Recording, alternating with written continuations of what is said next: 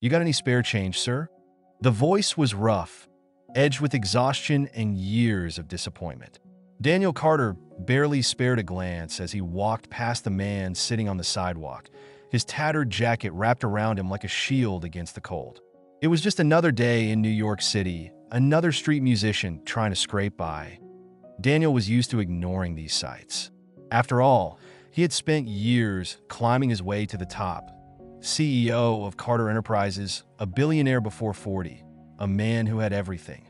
And yet, as he walked past the homeless man strumming his guitar, something about the tune made him stop. The voice, deep, raw, full of pain, yet undeniably beautiful. Daniel turned back, watching as the man's fingers moved effortlessly over the strings, his voice carrying through the busy street, a melody so full of sorrow it seemed to pull at something deep within him. Pedestrians walked past, some dropping a few coins into the open guitar case, others hurrying by as if they couldn't hear the haunting tune. Daniel wasn't sure why, but he stepped closer, drawn to the man's voice. When the song ended, Daniel found himself clapping. The homeless man looked up, startled, his weary eyes meeting Daniel's sharp blue ones. "That was incredible," Daniel said. The man gave a small, almost embarrassed smile. "Thanks. Name's Joe." "Joe, where did you learn to sing like that?" Joe shrugged, his fingers still resting on the guitar strings. "Used to be a musician. Had a band once. But life doesn't always go the way you planned." Daniel studied him closely. He had seen thousands of performers in his life, at elite parties, private concerts across the world. But there was something about Joe's voice. Something real. Something that told a story without needing words. "You ever thought about getting back into music?" Joe laughed, a hollow sound. "You think anyone's gonna give a guy like me a chance? People don't even look at me. I'm just another nobody on the street." Daniel reached into his pocket and pulled out a crisp $100 bill, placing it gently into Joe's guitar case. "You're not a nobody," he said. And with that, Daniel walked away. But the sound of Joe's voice followed him, long after he disappeared into the busy streets of New York. Joe barely had time to process his success before a knock at his hotel door pulled him from his thoughts that he opened it, then froze. Standing there, looking uncertain, was Emily, his ex-fiancée, the woman he had lost when his world fell apart. "Hey, Joe," she said softly. "Can we talk?" Joe's heart pounded. His past wasn't done with him yet. Joe's grip tightened on the door handle. He hadn't seen Emily in years, yet here she was, standing in front of him like a ghost from another life. She looked different, stronger, more composed, but her blue eyes still held that same warmth he used to lose himself in. "Well, what are you doing here?" Joe finally managed to say. Emily hesitated. "I heard your song." Joe's stomach twisted. Of course she had. The whole world had. But she was the one person he never expected to come back because of it. "Can I come in?" she asked softly. Joe hesitated, then stepped aside. As Emily entered the room, she glanced around, taking in the neatly arranged hotel space, so different from the chaos he used to live in. She turned back to him. "You look good, Joe." He let out a dry chuckle. "I clean up well, apparently." A small, sad smile tugged at her lips. "I didn't come here to talk about that. I came because your song." She paused, searching for the right words. "It felt like you were singing directly to me." Joe's throat tightened. He wanted to tell her the truth, that when he wrote those lyrics, he had been singing to her. Every line was a confession of the pain he carried from losing her. Instead, he looked away. "I didn't think you'd ever want to see me again." Emily sighed. "Joe, you disappeared. One day you were the man I loved, and the next you were just gone." Joe swallowed hard. "I was lost. I didn't know how to be the man you deserved." Emily stepped closer. "I never needed you to be perfect, Joe. I just needed you to fight. For yourself. For us." Joe clenched his fists. "And now? What do you need now?" Emily looked at him for a long moment before shaking her head. "I don't know, but I needed to see you." Joe's heart ached. He wanted to reach for her, to ask if there was still a place for him in her life. But some things weren't that simple. "I'm glad you came," he finally said. Emily gave him a small nod. "Me too." Then, just like that, she turned and walked away. Joe watched her go, feeling the weight of everything he had lost. But for the first time, he also felt hope. Maybe the past didn't have to define him. Maybe this was just the beginning. The weeks that followed were a blur of interviews, late-night songwriting sessions, and studio recordings that Joe's album was everywhere. People connected with his pain, his honesty, his story. But fame came with a price point. One evening, Joe stepped out at a radio interview and found Mark waiting for him by the car. Joe's chest tightened. "What do you want?" Mark smirked. "Small, Joe. Don't act like you don't owe me." Joe's jaw clenched. "I don't owe you anything." Mark took a step closer. "See, that's where you're wrong. I was there when you had nothing. And now you're up there, living the dream. Don't forget who you used to be." Joe exhaled sharply. "I'll never forget." Mark smirked. "Then be smart. A little cash could go a long way for an old friend." Joe stared at him, anger boiling inside. This was it, the moment that would decide everything. That he reached into his wallet, pulled out a $100 bill, and shoved it into Mark's hand. "Here. Not for what we had. Not for what you think I owe you. But because I don't want to see you go down the same path I did." Mark looked at the money, then back at Joe. "That's it?" Joe's voice was steady. "That's all I have for you." Mark studied him for a moment, then scoffed. "You've changed, man." Joe nodded. "Yeah, I have." Mark stuffed the bill in his pocket and walked away. Joe exhaled, watching him disappear into the city. For the first time, he felt free. The night of Joe's first arena concert arrived. Thousands of people filled the venue, chanting his name. The same name that, just a year ago, had meant nothing to anyone but himself. As he stood backstage, nerves threatened to consume him. Then, a familiar voice spoke. "You ready?" Joe turned. Daniel stood there, watching him with the same quiet confidence that had brought him here in the first place. Joe let out a breath. "Yeah, I am." Daniel nodded. "Then go give them the story they came for." Joe stepped onto the stage, blinded by the lights, deafened by the roar of the crowd. But he took a deep breath, then strummed his guitar. The first chord rang out. The music began. And for the first time in his life, Joe wasn't just surviving, that he was living his dream. Months later, Joe sat in a quiet cafe, scribbling lyrics in a worn-out notebook. That a young man approached him hesitantly. "Excuse me, are you Joe Miller?" Joe looked up, offering a small smile. "That's me." The young man swallowed hard. I wanted to say thank you. Your music saved me. I was in a dark place, but your story gave me hope." Joe's heart swelled. He reached out, squeezing the young man's shoulder. "Then you just made this whole journey worth it." As the man walked away, Joe glanced down at his notebook. He picked up his pen and wrote, "For those who feel invisible, forgotten, lost, keep singing, keep fighting. Your story isn't over yet." And with that, he turned the page and began a new song. The melody stayed with Daniel long after he had left the street corner. He replayed Joe's voice in his mind during meetings, during dinner, even as he sat in his penthouse office staring out over the Manhattan skyline. That he had built his empire by recognizing talent, by spotting potential where others saw nothing. And Joe was something special. By the time evening rolled around, Daniel had made up his mind. He had to see Joe again. The next morning, he returned to the same street corner, half expecting Joe to be gone, as if he had been a fleeting figment of Daniel's conscience.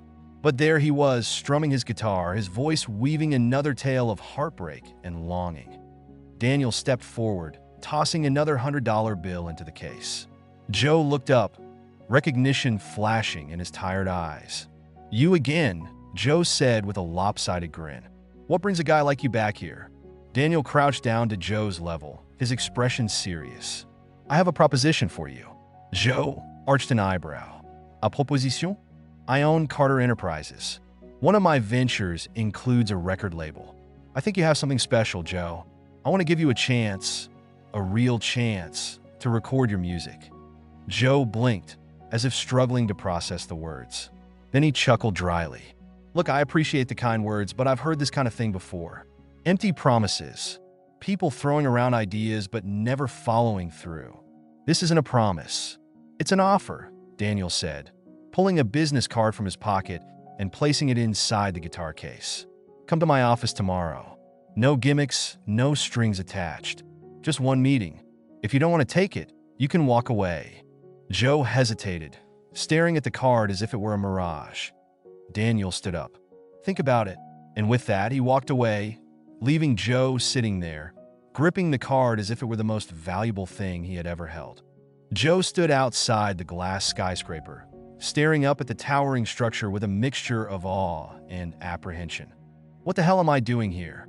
His clothes were worn, his hair unkempt, and as he stepped through the rotating doors, the receptionist's gaze flickered over him with a hint of doubt. Can I help you? She asked cautiously. I have a meeting with Daniel Carter, Joe said, holding up the business card like a golden ticket. Her eyes widened slightly, but she quickly composed herself. One moment. Moments later, a sharply dressed assistant arrived and escorted Joe up to the top floor. The elevator ride felt surreal. Just days ago, he had been sleeping under a bridge, and now he was stepping into the world of billionaires. When the doors opened, Daniel was waiting. You actually came, Daniel said, a satisfied smile on his face. Joe shrugged. Figured I had nothing to lose. Daniel gestured toward the sleek office space. Then let's get to work. Joe sat stiffly in the luxurious leather chair across from Daniel's sleek glass desk. The panoramic view of Manhattan stretched behind him, but he barely noticed. His fingers tapped nervously on his knee. So, Joe said, forcing a chuckle, how exactly does this work? You slap a suit on me, throw me in front of a microphone, and suddenly I'm a star? Daniel smirked. It's not that simple, but talent like yours? It shouldn't be wasted on street corners. Joe ran a hand through his messy hair. I don't know, man. It's been years since I really tried. I used to have dreams, a band, even a record deal, but life fell apart. Now, I just sing to survive. Daniel leaned forward. Then let's make you sing to live. There was something in Daniel's voice, a certainty that unnerved Joe. He had spent years being let down, but there was no hesitation in this billionaire's words. Daniel pressed a button on his desk, and a moment later, the office door swung open. A woman with sharp eyes and auburn hair walked in, holding a tablet. Joe, this is Rebecca Klein, Daniel introduced. One of the best vocal producers in the industry. Rebecca took one glance at Joe's ragged appearance, but said nothing. Instead, she extended a hand. I heard a clip of your street performance. You've got raw talent, and I love raw talent. Joe shook her hand hesitantly. So, what now? Daniel stood up. Now, we take you to the studio. Joe stepped into the recording booth, feeling more out of place than ever. The soundproofed walls, the expensive microphones, the polished grand piano. It was a world he had left behind long ago. Rebecca sat at the control panel, adjusting the levels. All right, Joe, let's hear what you've got. Joe swallowed hard, gripping the headphones. He could feel Daniel watching him from the other side of the glass. Then, he closed his eyes, and he sang. The song he chose wasn't one of the covers he usually performed on the streets. It was an original, one he had written years ago, before everything in his life had fallen apart. His voice filled the room, carrying years of struggle, of pain, of hope buried beneath the weight of loss. The melody was raw, broken yet powerful, telling a story no one had ever truly listened to before. When he finished, there was silence. Joe slowly opened his eyes, expecting critique, maybe even a polite dismissal. Instead, Rebecca was staring at him, wide-eyed that Daniel's expression was unreadable. Then, after a long pause, he spoke. We're making an album. Joe barely had time to process what was happening. Over the next few weeks, he was thrust into a whirlwind of recording sessions, songwriting meetings, and media coaching. For the first time in years, he had something to wake up for. But the past doesn't let go so easily. One night, as Joe walked back to the hotel Daniel had arranged for him, a familiar voice called out, Well, look who cleaned up nice. Joe turned, his stomach dropping. Standing in the alleyway was Mark, an old friend, if you could even call him that. A friend from his darkest days, back when he had lost everything and fallen into addiction. Didn't think you'd be the type to sell out, Mark sneered. Guess you found yourself a rich savior. Huh? Joe tensed. It's not like that. Mark stepped closer. Oh yeah? Then how about sharing some of that success? Old buddy. Joe clenched his fists. He knew this was a test. The past trying to drag him back in. No, he said firmly. I'm done with that life. Mark scoffed, shaking his head. We'll see. As he walked away, Joe felt a chill run down his spine. Success was knocking on his door, but so was the past. Joe couldn't sleep that night. He lay in his plush hotel bed, staring at the ceiling, Mark's words replaying in his mind. We'll see. It wasn't just a threat. It was a reminder of all the mistakes he had made, the people he had hurt, the bridges he had burned. He had fought so hard to climb out of that darkness. But what if it was still waiting for him? His phone buzzed on the nightstand, got a text from Daniel. Daniel, first single is ready. Let's talk tomorrow. Joe exhaled. He had to focus. This was his chance, his last chance. But the past had a way of creeping in, no matter how hard you tried to outrun it. The next morning, Joe sat across from Daniel in his office. You ready? Daniel asked, sliding a tablet across the table. Joe glanced down. On the screen was an official release announcement. Joe Miller, a song for the Broken debut single, out this Friday. His throat tightened. I don't know if I'm ready for this. Daniel studied him. Why not? Joe ran a hand through his hair. Because this song, it's my story, my pain. What if no one cares? What if I put myself out there and it just fails? Daniel finished. Joe nodded. Daniel leaned forward. Let me tell you something. People don't connect with perfection. They connect with truth. And your voice? It's the truth people need to hear. Joe swallowed hard. And if it all goes wrong? Daniel smiled. Then you pick up your guitar and sing again. Joe stared at the screen. This was it. No turning back. With a deep breath, he nodded. Let's do it. Friday arrived faster than Joe expected. That morning, he was woken by his phone buzzing nonstop. Rebecca had sent him a screenshot. Trending #1. Joe Miller's debut single takes over streaming charts. Joe's hands trembled.